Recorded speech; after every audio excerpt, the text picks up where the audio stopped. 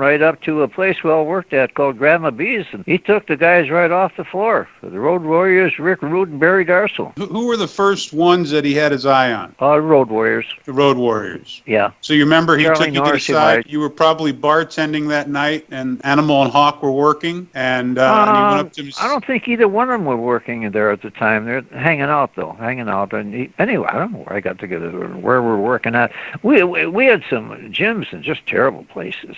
Worst gyms you ever seen in your life. Church basements and a mat on the floor that was coming apart. And, that's where they started. They had some really humble beginnings. So finally, I made up with Vern there, and we went out to Brad Reagan's there at the last camp, and he had a great place. But before that, though, terrible places. You wouldn't believe it. A little mat on the floor. If they missed the mat, they'd hit the cement floor. And then in the last couple of weeks, I could get a ring set up so they could work and then, get some ring time in, with the ropes, work off the ropes and everything. Right. So Animal and Hawk didn't have an easy... It's a terrible place. But they're natural. Bumping on a hard floor? Oh, God, yes. There was an old boxing ring built on 2x4s. And I had an old mat, that was coming apart, and that was it. What we did a lot then, though, we talked a lot.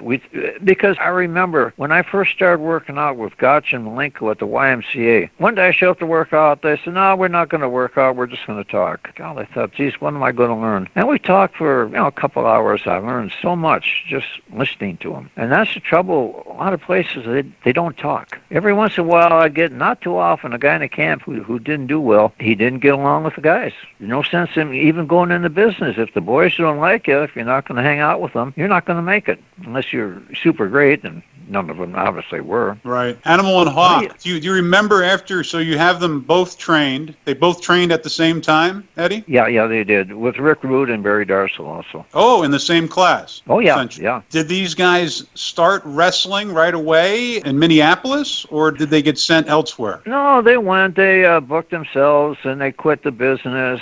Both of them did. Both of them. I said, no, they called me up. They called me from, Hawk was in, I think, Seattle. Joe was in Charlotte. They'd call me up. I said, no, this is the way it is, man. You got to hang in there the first year, and just learn something. And they did. And look at them now. Look what happened. Oh, my God. But they had it tough the first couple of years.